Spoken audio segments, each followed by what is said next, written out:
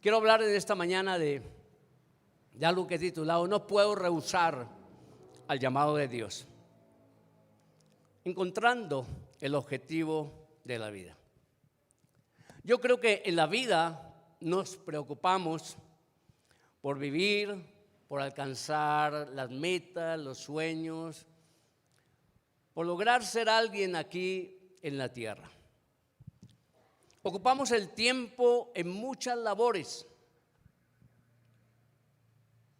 Aún muchas veces nos sentimos satisfechos haciendo lo que estamos haciendo. Y algunos dicen, estoy hecho. La vida me ha sonreído. Predicar el evangelio puede ser una tarea muy temerosa, digámoslo así. Verdaderamente es increíble muchas veces cómo el temor se apodera de las personas, de nosotros mismos. Y muchas veces quedamos paralizados. Es como si nuestras bocas no quisieran articular y nos quedamos sin aire y preferimos entonces quedarnos callados antes de ser rechazados. En alguna oportunidad estaba viajando de Bogotá a Cali en un avión y senté al lado de una mujer y escuché una voz que me dijo, háblale de Cristo. Casi todo el tiempo estuve ahí con ese temor de hablar y bueno, no, como que no me atreví a hacerlo. En un momento ya casi, ya pronto para aterrizar, le empecé a hablar. Y la persona se sorprendió de alguna manera. Y le empecé a compartir el evangelio y esa persona me dijo, yo conozco del evangelio. Y esa persona me dijo que en su interior también sintió que tenía que hablar conmigo en esa oportunidad. Y luego me contó de un problema de un hijo que tenía quizás con drogadicción y eso, y que vivía en la ciudad de Bogotá y que necesitábamos contactar de alguna manera.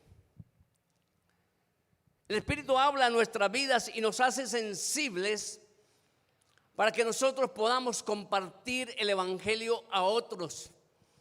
Y yo no sé si ha tenido usted eso como una impresión o algo que le dice, háblale. ¿Cuántos han sentido eso alguna vez? Amén. Yo creo que todos hemos sentido eso de sentir temor y nos sentimos también deseosos de predicar el evangelio a alguien. Y cuando examinamos bien y lo pensamos, decimos, no, mejor no digo nada. No creo que esta persona me preste atención. Lo más seguro es que me rechace todo lo que le voy a decir. Sin embargo, no está bien cuando pensamos así, porque Dios sabe qué es lo que hay dentro de nuestro corazón y nos ayuda para poder lograrlo. Amén. Así que es importante también, si callamos, no vamos a cumplir la gran comisión, el llamado del Señor. Y pues el problema de todo esto es que el miedo muchas veces es un obstáculo para predicar el evangelio. Hoy quiero hablar algo acerca de la conversión del apóstol Pablo y quiero hablar de los verdaderos propósitos de Dios para nuestras vidas y lo que en realidad nos puede hacer sentir satisfechos a pesar de todas las cosas que podamos vivir. Y déjame decirte algo, y es que nosotros somos llamados por el Señor con un propósito claro en esta vida y debemos estar atentos para no perder la oportunidad.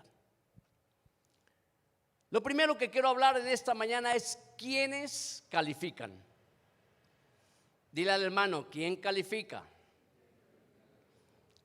En Hechos capítulo 9, versículo 1 dice: Saulo, respirando aún amenazas y muerte contra los discípulos del Señor, vino al sumo sacerdote y le pidió cartas para las sinagogas de Damasco, a fin de que si hallase algunos hombres o mujeres de este camino, los trajese presos a Jerusalén.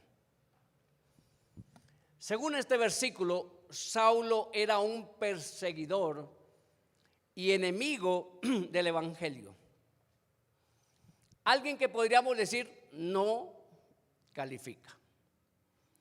Por lo general pensamos que, bueno, una persona que es atea, una persona que no cree en Dios, una persona que ataca a Dios, una persona que está atacando a los cristianos, pues no sirve. No está calificada entonces para predicar el evangelio. Y esto sucede aún en nuestra propia vida.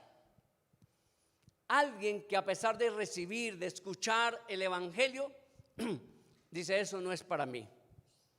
Yo no soy llamado. Eso es para la gente piadosa. Esa gente que se da golpes de pecho y que está arrodillándose todo el tiempo. Eso es para ellos. Y bueno, uno piensa que, ¿verdad?, estoy dentro de esa lista de los que no califican. El apóstol Pedro, a pesar de haber estado con Jesús, y unas horas antes de que Jesús fuera crucificado, había dicho: Señor, yo nunca te negaré. Señor, aún a costa de mi propia vida, nunca te negaré. Y unos minutos antes de la muerte de Jesús, le estaba negando. Jesús lo miró. Pedro se sintió conmovido por la mirada de Jesús. Jesús murió en la cruz del Calvario y Pedro se sintió completamente devastado. Sentía que había perdido la oportunidad con el maestro, que era una persona que había estado con Jesús 3 años y medio y que no calificaba. Y peor, ese día de la muerte de Jesús, cuando minutos antes había dicho: yo voy a seguir al Señor, ahora lo niega y se siente completamente defraudado. Había podido tener la misma actitud de Judas de irse a ahorcar, porque sentía quizás que su vida había defraudado al Señor. Sin embargo, 3 días después Jesús resucita y se aparece a Pedro y le dice: te voy a ver ahí en el mar de Galilea. Entonces lo dile a los apóstoles que ya nos vamos a ver en el mar de Galilea. Y entonces Pedro corre unos cuantos kilómetros para llegar al mar de Galilea, y estando ahí entonces se puso a pescar, y luego llega el Señor, y entonces el Señor lo llama y se da cuenta que es el Señor. Y sale entonces, se arrodilla delante del Señor, y el Señor le dice: Pedro, ¿me amas? Señor, tú sabes que te amo, Señor. Tú sabes, Señor, que perdóname, sí, Señor, yo te negué. Hice esto, aquello, pero Señor, tú sabes que yo te amo. Y 3 veces el Señor se lo dijo. Y él dijo: Señor, tú sabes que te amo. Apacienta mis corderos, le dijo el Señor. No podía perder la segunda oportunidad que le daba el Señor para reivindicarse con Cristo, porque sabía que Él era la esperanza de la salvación y que no podía quedarse allí. No importa cuántas veces te habrás descalificado, hoy el Señor te llama y te dice: sí calificas. Dile a alguien: tú calificas.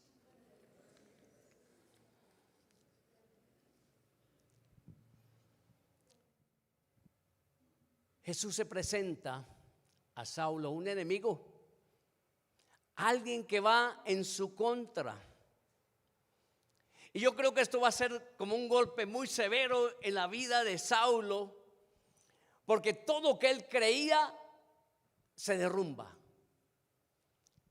Se produce una completa devastación en todo su ser, en su sistema de valores, en su sistema de pensamiento. Y Jesús le dice: no estás persiguiendo a tu pueblo, me estás persiguiendo a mí. Pero la visión transforma todo.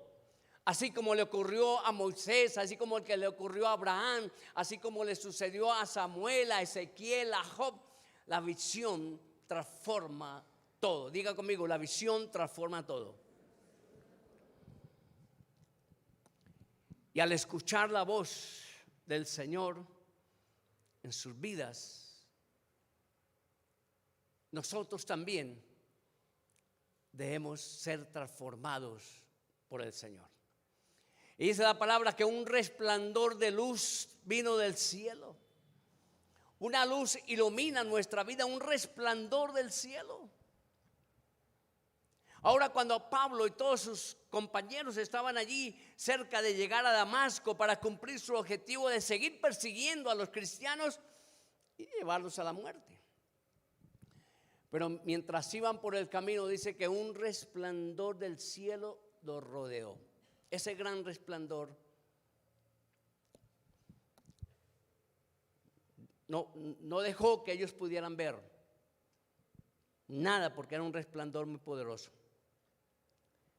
Y cabe destacar que ese acontecimiento tan fuera de lo común,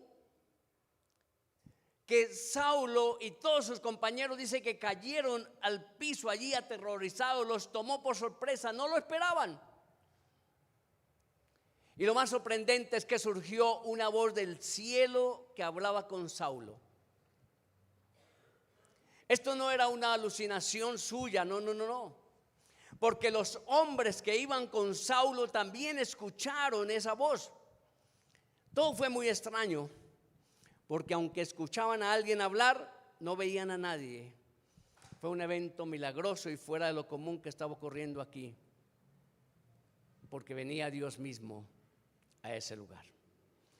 Una voz que habla. Dice el versículo 4: y cayendo en tierra, oyó una voz que le decía: Saulo, Saulo, ¿por qué me persigues?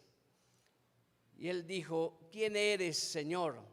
Y le dijo: yo soy Jesús, a quien tú persigues.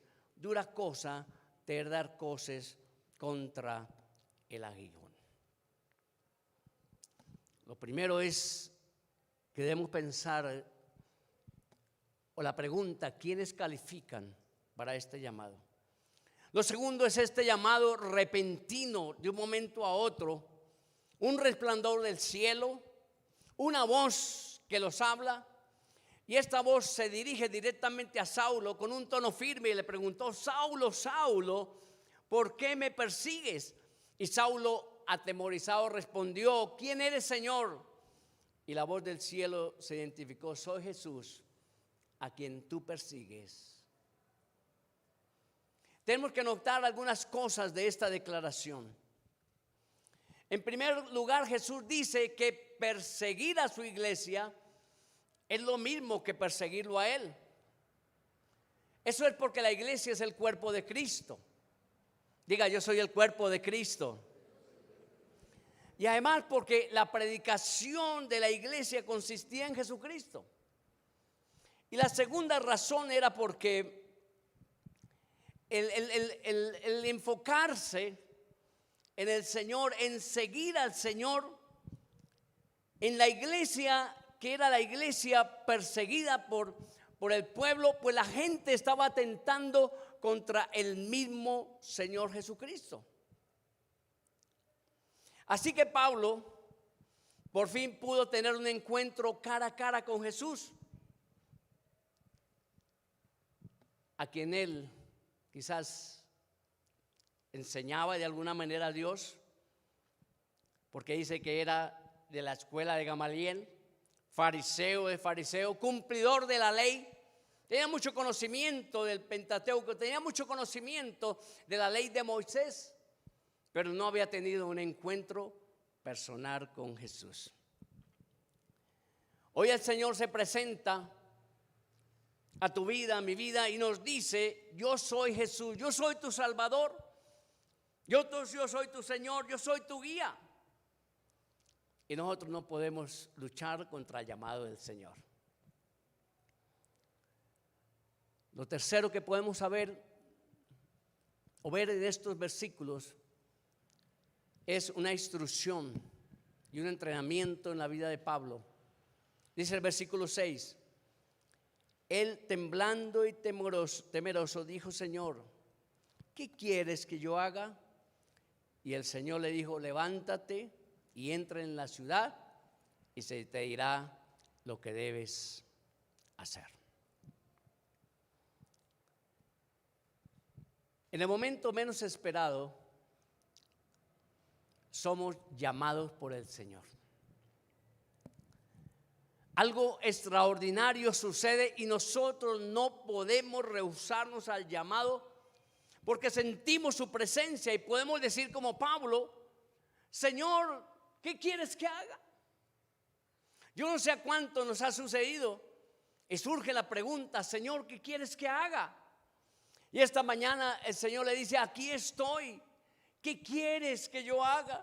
Diga el Señor: no se trata de mí, se trata de ti, Señor. Anhelo cumplir tu voluntad.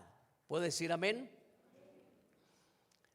Debemos decirle al Señor en esta mañana que no es el propósito nuestro lo que se debe cumplir, sino el propósito del Señor. En Hechos 9:7 dice: y los hombres que iban con Saulo se pararon atónitos, oyendo a la verdad la voz, mas sin ver a nadie. Entonces Saulo se levantó de tierra y abriendo los ojos no veía a nadie, así que llevándole por la mano le metieron en Damasco. ¿Qué hace Saulo? Dice: me dispongo, me levanto, tengo un encuentro con Jesús, mi vida se somete al Señor, dispongo mi corazón. Y pues el Señor se le aparece a un hombre piadoso llamado Ananías y le dice: ve a la casa, al lugar allí, a la calle derecha, etcétera. Le da todas las instrucciones. Pero el Señor, en la vida de Pablo o de Saulo en ese momento, lo pone muy inquieto. Y bueno, ahora le dice: tiene que estar quieto por lo menos durante 3 días, cautivos por él, sin poder comer, sin ver. Su vida ahora estaba sometida al Señor, no dependía de él. Su vida estaba sujeta al Espíritu Santo. Estaba diciendo: Señor, no se haga mi voluntad sino la tuya. Y bueno, el Señor habló a Ananías, porque Ananías pues era un discípulo de Damasco que creía verdaderamente en el Señor. Y a la visión de Ananías, cuando el Señor lo llamó, Ananías dijo: Señor, heme aquí. Y el Señor le dio el mandato a este discípulo de que fuera en busca de Saulo de Tarso. Le dio las instrucciones específicas de dónde estaba, lo que estaba haciendo en ese momento. Pero este hombre dijo: Señor, pero yo qué voy a ir allá si este hombre es un perseguidor de los cristianos. Le dio miedo enfrentarse a esa situación. ¿Me va a matar? Pero el Señor le dijo: no, ve, porque él está orando. Una persona recién convertida orando, arrodillada allí, dice que recibió luego el Espíritu Santo. ¿Por qué? Porque lo cuarto que quiero hablar en esta mañana es que somos instrumentos escogidos por Dios. Diga conmigo: instrumentos escogidos por Dios. Dé un aplauso al Señor.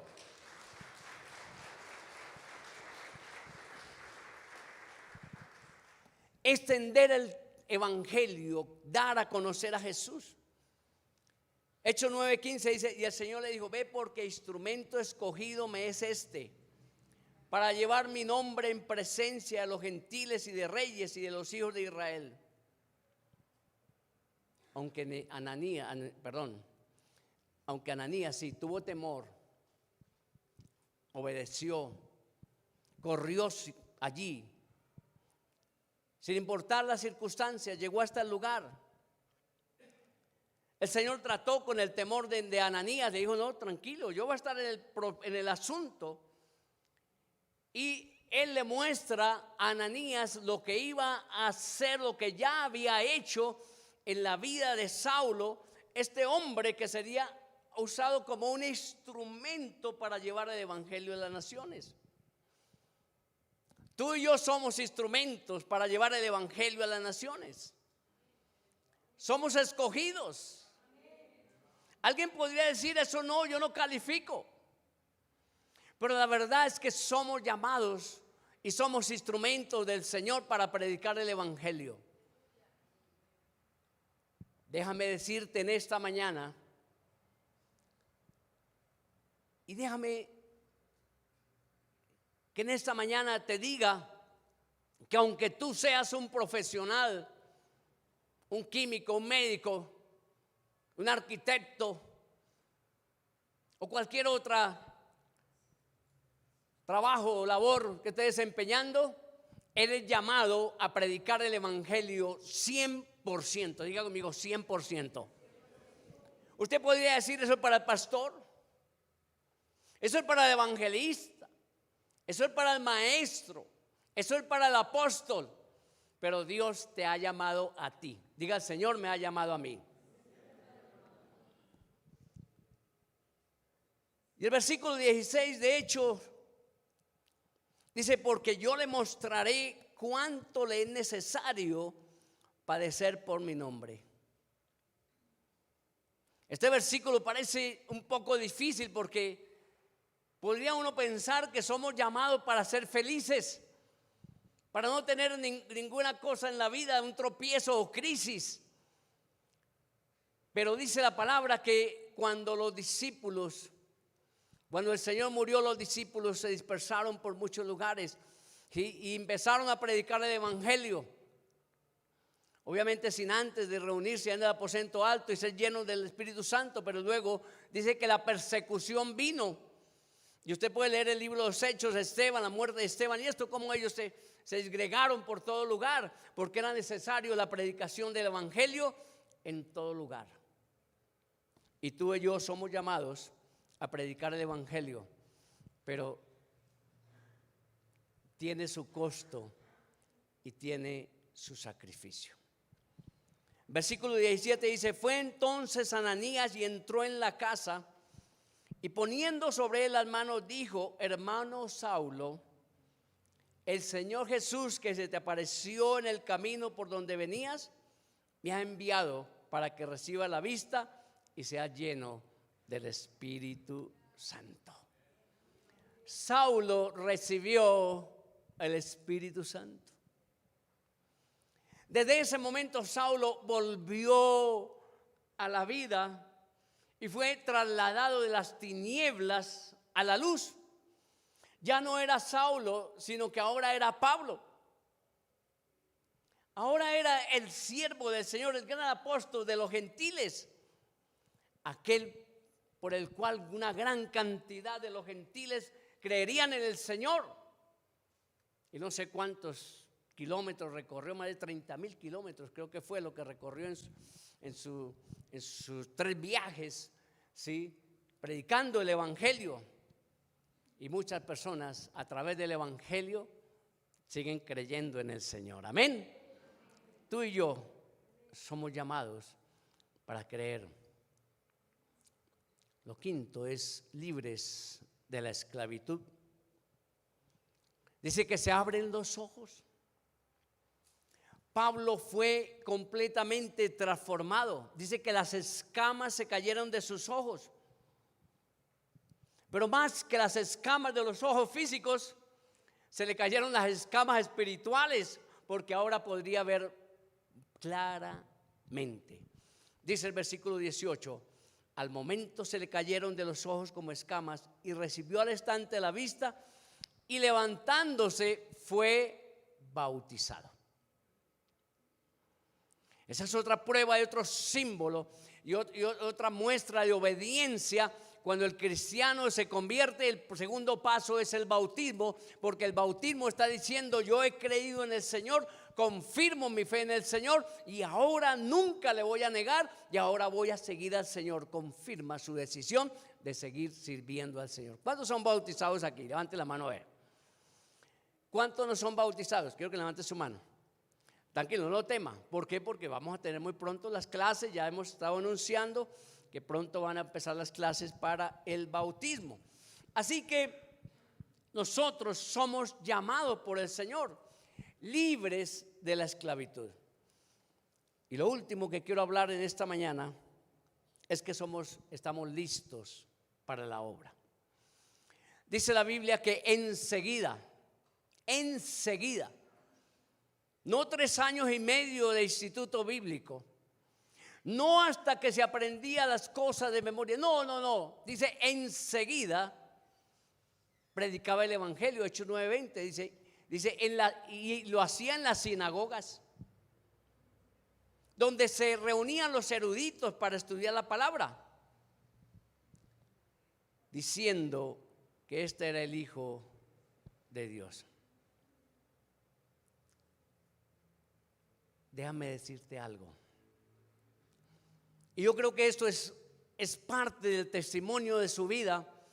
Cuando el Señor ha cambiado su vida, se ha parecido a su vida, usted no puede dejar de decir lo que ha visto y ha oído, porque esa es una señal realmente de la conversión.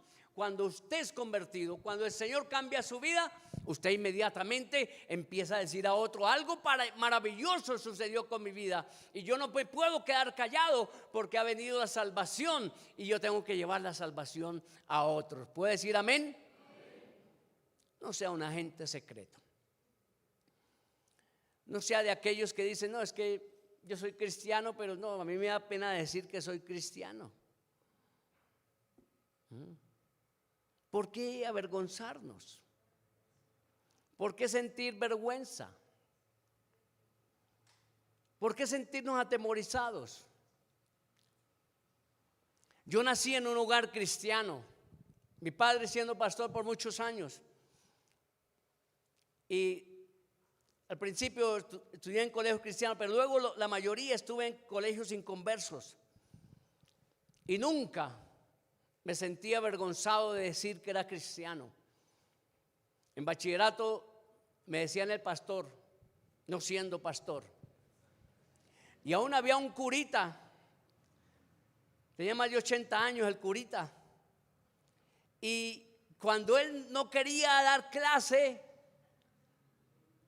me decía: Machuca, venga. Y me ponía entonces, a enseñar allí en la clase. Y bueno, él enseñaba filosofía y todas esas cosas también. Y bueno, tremendas las cosas. Pero Dios permitía que el evangelio pudiera llegar a muchas personas. Cuando estaba en la universidad, nunca negué mi fe. Y los muchachos me esperaban a la salida y decían: Machuca, vamos, camine, vamos a tomarnos una. Le dije: no. Camino los invito a una empanada, y los invitaba a una empanada. Y luego entonces los llevé a la iglesia a ellos.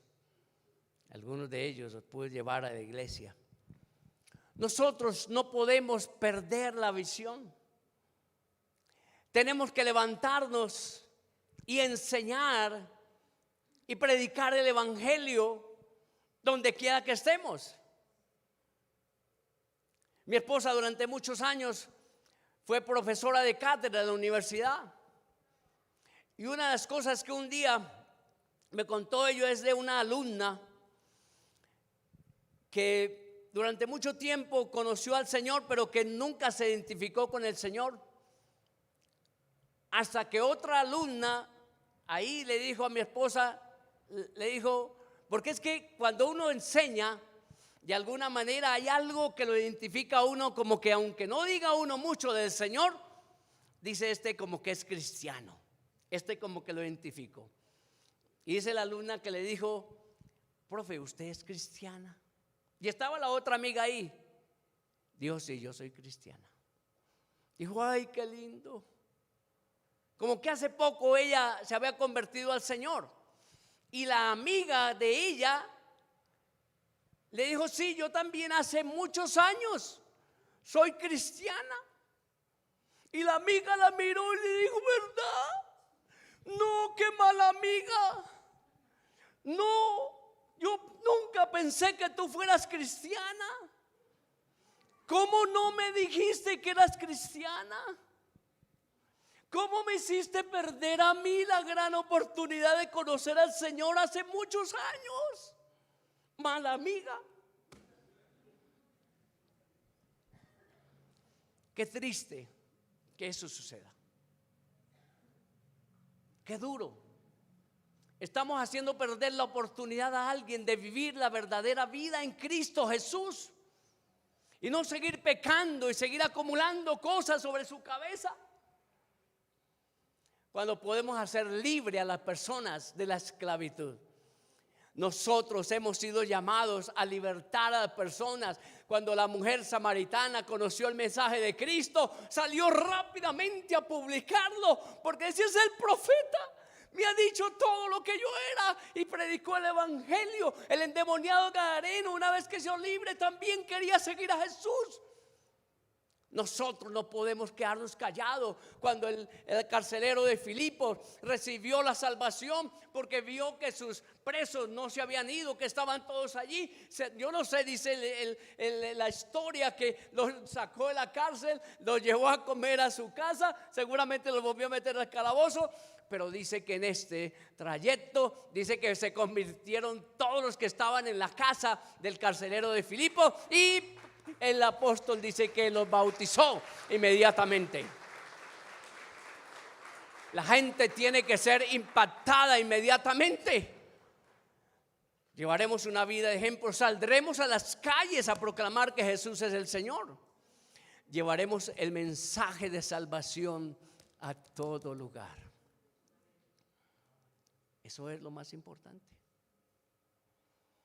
El apóstol Pablo puede decir: todo lo tengo por basura. Toda mi profesión, todo mi conocimiento, todo lo que soy, lo entrego al Señor. Todo eso lo tengo por basura, con tal de servir a Jesús, mi Señor. Dice que me es impuesta necesidad de predicar el evangelio. Era primordial levantarse a predicar el evangelio. No podemos dejar callada nuestra vida o callarnos sin que el amigo de toda la vida que ha estado allí no se convierta a Cristo, o su papá o su mamá que han estado todo el tiempo allí no se conviertan al Señor. ¿Por qué? ¿Por qué? No se quede con la salvación. Lleve el mensaje a otros.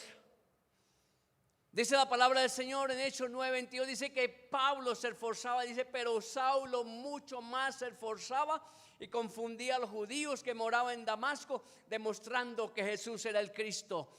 Entonces las iglesias tenían paz por toda Judea, Galilea y Samaria, y eran edificadas, andando en el temor del Señor, y se acrecentaban fortalecidas por el Espíritu Santo. Cada uno de nosotros es un ejemplo, y Dios nos rescató. Cuando nosotros estamos viviendo en el pecado, cuando no queríamos saber nada de Él, pero vino el de repente, el resplandor, Dios se apareció a nosotros y dio un giro extraordinario en nuestras vidas. Nosotros no podemos ser iguales. Diga, no podemos ser iguales. Por último, déjame darte un testimonio en mi propia vida. Yo, un joven de unos 16 o 17 años, llegué a estar confundido con todas las tesis filosóficas de Mao Zedong y todo esto, las contradicciones y el libro rojo de Mao y todo esto, que quizás era como el libro de literatura en el bachillerato donde yo estuve allí aprendiendo. Y por un momento determinado miraba arriba y decía, Señor, ¿será que sí existes?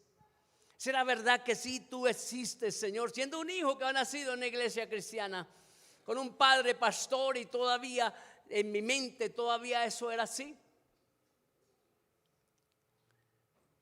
Y tuvimos una reunión en la iglesia de San Carlos, me acuerdo muy bien, un culto unido, y yo quedé atrás allá en la multitud de pie, y no veía al predicador.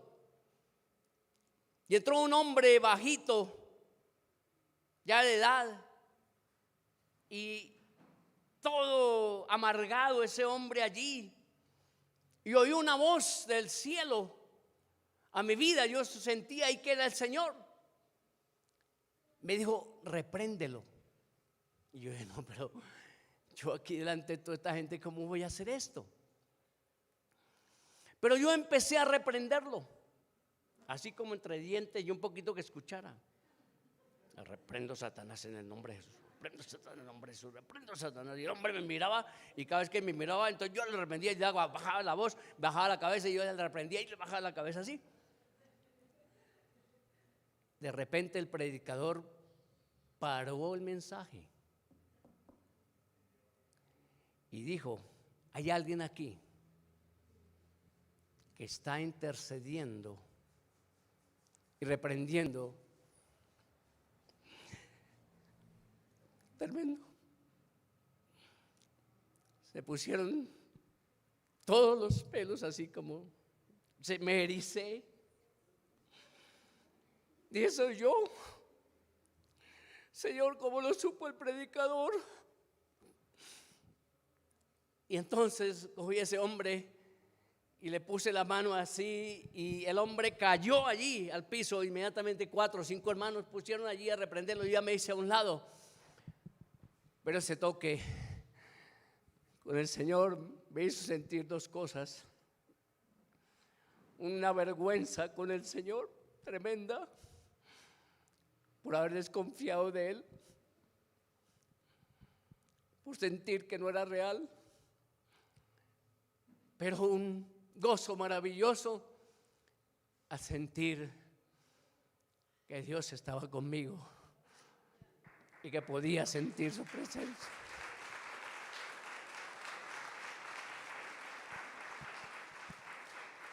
Nunca más,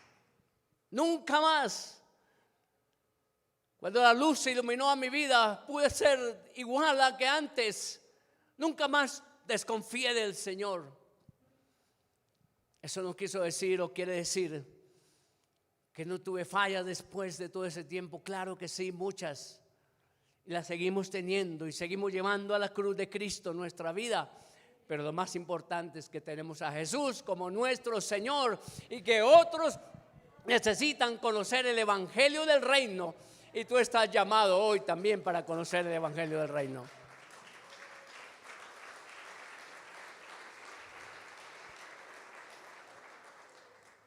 Quiero hacer un llamado hoy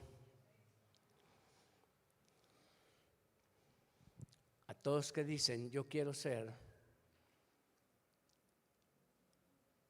uno que el Señor llama, uno que sí califica para el descendimiento del reino de Dios.